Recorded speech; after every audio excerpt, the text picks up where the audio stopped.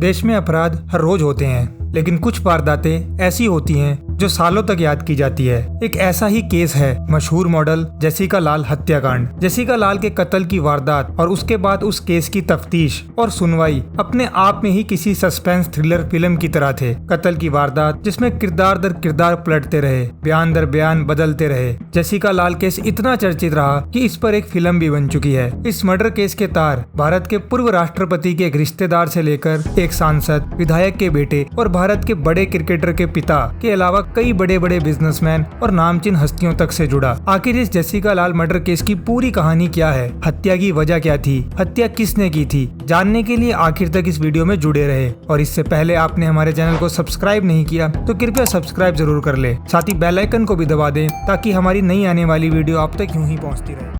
Shot dead last night. The main accused and 8 others are acquitted for lack of evidence.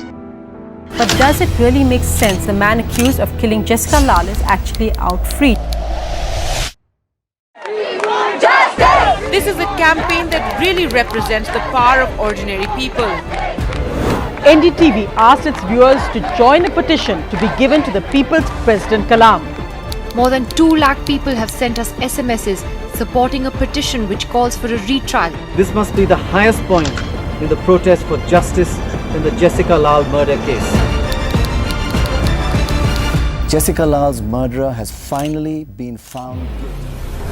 Delhi के मेहरौली में स्थित कुतुब कॉलोनेट हवेली के अंदर एक रेस्टोरेंट हुआ करता था जिसका नाम टैमरिंड कोर्ट था। दिल्ली की हाई क्लास सोसाइटी में पहचान रखने वाली बीना रमानी इस रेस्टोरेंट की मालिक थी और उनके कनाडाई पति जॉर्ज मेलहार्ट साथ मिलकर रेस्टोरेंट चलाया करते थे। उनकी एक बेटी भी थी, मालिनी रमानी, जो मॉडलिंग में अपनी किस्मत आजमा रही थी। 29 अप्रैल वीरवार का दिन खास था। बीना के पति जॉर्ज कनाडा जा रहे थे और इसी के चलते रेस्टोरेंट में एक फेवरेल पार्टी रखी गई थी। क्योंकि पार्टी में हाई क्लास लोगों को बुलाया गया था, इसलिए वेटरिंग के लिए भी खास व्यवस्था की गई थी। मालिनी ने अपनी दोस्त जेसिका लाल और श्यान मुंशी को बुलाया था। ये दोनों मॉडलिंग के साथ फिल्म इंडस्ट्री में जगह बनाने में लगे थे। 29 अप्रैल की रात 8 बजे से दोनों ने पार्टी में आए मेहमानों को उनकी पसंदीदा ब्रांड की शराब सर्व करना शुरू की। यहाँ एक अहम बात यह भी है कि शराब सर्व करने का लाइसेंस इस रेस्टोरेंट के पास नहीं था, लेकिन पुलिस की मिली भगत से उसे इसकी छूट मिली हुई थी। रात के 11:30 बज गए थे। पार्टी में आए आधे मेहमान जा चुके थे और आधे फ्लोर डीजे पर थिरक रहे थे।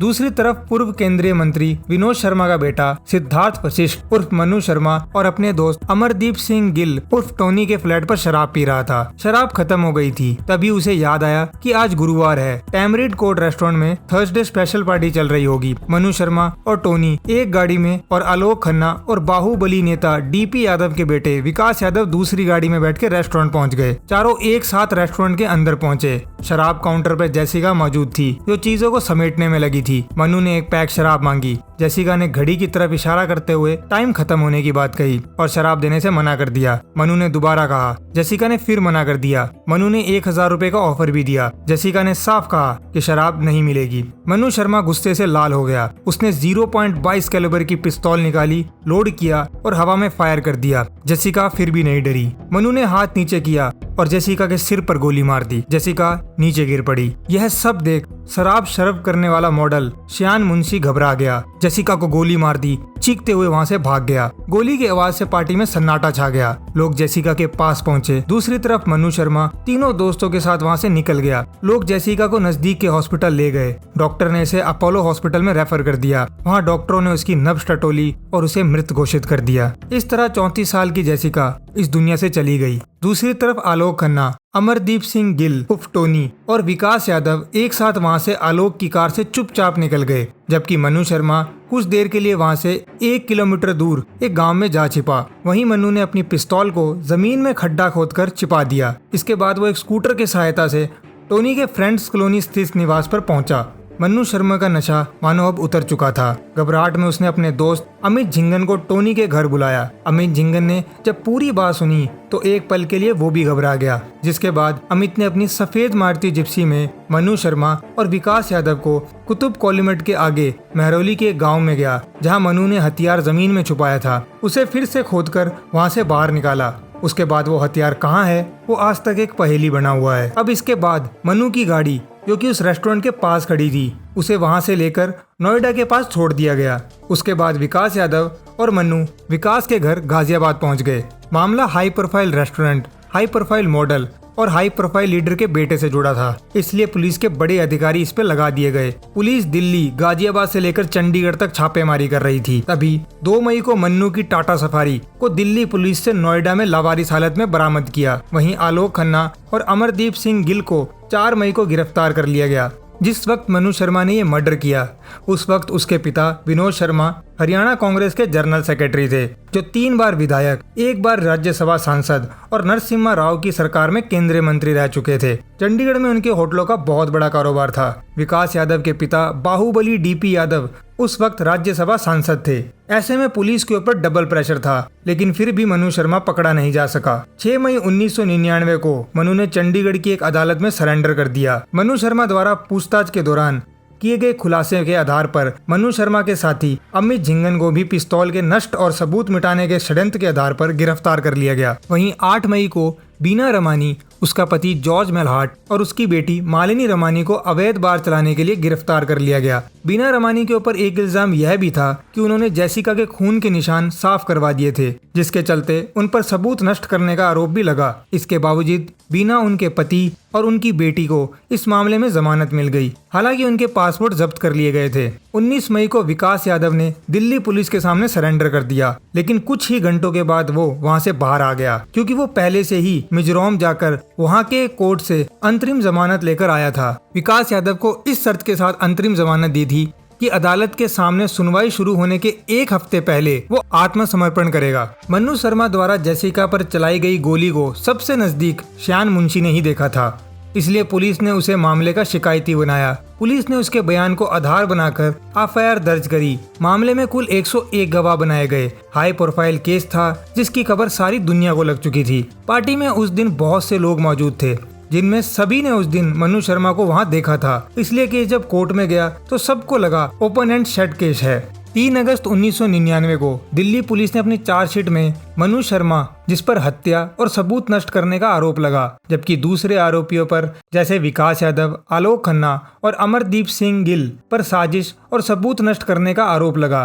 वहीं अन्य लोग जैसे श्याम सुंदर शर्मा, अमित झिंगन, युवराज सिंह के पिता योगराज सिंह, हरविंदर चोपड़ा, विकास गिल, राज चोपड़ा, रविंद्र कृष्णा और धनराज को आरोपियों को पनाह देने के आरोप लगे। 31 जनवरी 2000 को मजिस्ट्रेट कोर्ट ने इस मामले को सेशन कोर्ट को ट्रांसफर कर दिया। सुनवाई शुरू हुई तो एक के बाद एक गवाह मुकर गए। वहीं गोली मारते हुए मन्नू को श्याम मुंशी ने सबसे करीब से देखा था, लेकिन जब कोर्ट में बयान देने की बारी आई तो उसने एक नई कहानी सुनाई। उसने बताया कि उस दिन रेस्टोरेंट में 2 पिस्तौलों से गोली चली थी। पहली बार मनु शर्मा ने छत की तरफ बंदूक उठाकर गोली चलाई थी और दूसरी गोली चलाने वाला शख्स कोई और था और उस गोली से जेसिका की मौत हुई थी। इतना ही नहीं, उसने गोली चलाने वाले दूसरे आदमी का हुलिया भी बताया। जब पुलिस को दिए गए लिखित बयान के बारे में पूछा गया तो उसने बोल दिया कि उसे तो हिंदी में लिखना ही नहीं आता।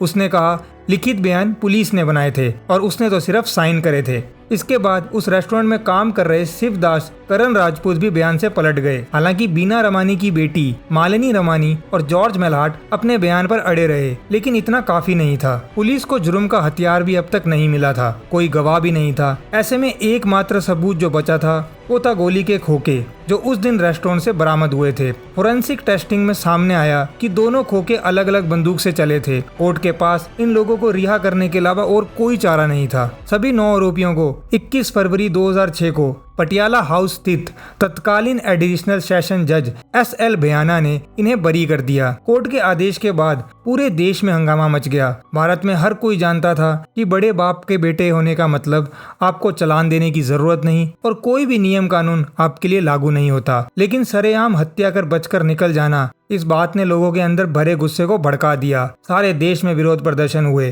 कैंडल मार्च निकाले गए। इस बीच सबरीना की मां कैंसर से मर चुकी थी और उनके पिता को 4 बार हार्ट अटैक आ चुका था। कुछ वक्त बाद उनकी भी मौत हो गई। सबरीना कहती है कि मनु शर्मा ने सिर्फ मेरी बहन की हत्या नहीं की, उसने मेरे पूरे परिवार को मुझसे छीन लिया। जबरदस्त हंगामे के साथ सैकड़ों हजारों लोगों ने ईमेल और SMS के द्वारा याचिका पर अपना गुस्सा जताया, जिसे मीडिया और समाचार पत्रों ने राष्ट्रपति को भेज भेज दिया। जल्दी एनडीटीवी समाचार चैनल ने मुकदमे को वापस चलाने के लिए 2 लाख से ज्यादा एसएमएस प्राप्त किए। मीडिया ने इस केस में एक बड़ा रोल अदा किया। तहलका मैगजीन ने एक स्टिंग ऑपरेशन किया। इस स्टिंग में श्यान मुंशी के पास एक पत्रकार फिल्म इंडस्ट्री से जुड़ा आदमी बनकर पहुंचा और एक फिल्म के रोल के सिलसिले में उससे बात की। बातों बातों में पत्रकार ने कहा, लेकिन ये तो हिंदी फिल्म है और आपको तो हिंदी आती ही नहीं है।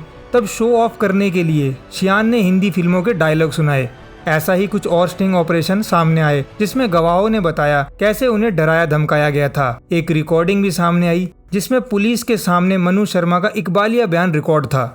अंत में पब्लिक प्रेशर से इस केस की दोबारा तहकीकात हुई। जेसिका की बहन सबरीना ने दिल्ली हाई कोर्ट में याचिका दायर की। हाई कोर्ट में लगातार 25 दिनों तक इस केस की सुनवाई की, जिसमें तहलका मैगजीन द्वारा किए गए स्टिंग ऑपरेशन को श्यान मुंशी को बढ़िया तरीके से हिंदी बोला देखा जा सकता था। दिल्ली हाई कोर्ट में इस पक्ष को भी रखा गया। साथ ही मालिनी रमानी और जॉर्ज मेलहार्ट के बयानों को भी आधार बनाया गया। 20 दिसंबर 2006 को मन्नू शर्मा को आजीवन कारावास की सजा सुनाई गई। अन्य आरोपी विकास यादव और अमरदीप सिंह गिल को सबूत नष्ट करने के लिए 4 साल की कारावास की सजा सुनाई गई। पूरी तहकीकात में यह भी सामने आया कि फॉरेंसिक लैब में भी गलत रिपोर्ट बनाई गई थी और कोर्ट ने यह भी माना कि श्यान मुंशी ने कोर्ट में झूठ बोला था। उस पर परजुरी का मुकदमा चलाया गया। दिल्ली हाई कोर्ट के फैसले के खिलाफ मन्नू सुप्रीम कोर्ट पहुंच गया। मन्नू का पक्ष रखने के लिए देश के सबसे नामी गिरामी वकील राम जेठामलानी खड़े हुए। जेठामलानी ने सुनवाई के दौरान कहा, पुलिस हमारे मुवक्किल मनु शर्मा को फंसाने की कोशिश कर रही है, जबकि जेसिका को किसी और ने गोली मारी है। सुप्रीम कोर्ट ने 19 अप्रैल 2010 को राम जेठामलानी की दलील को खारिज करते हुए हाई कोर्ट का फैसला बरकरार रखा। आज़ाद भारत की ये पहली घटना थी जिसमें मीडिया और जनता ने मिलकर सिस्टम को झकझोर दिया। पुलिस, अदालत सब अपने काम में लग गई।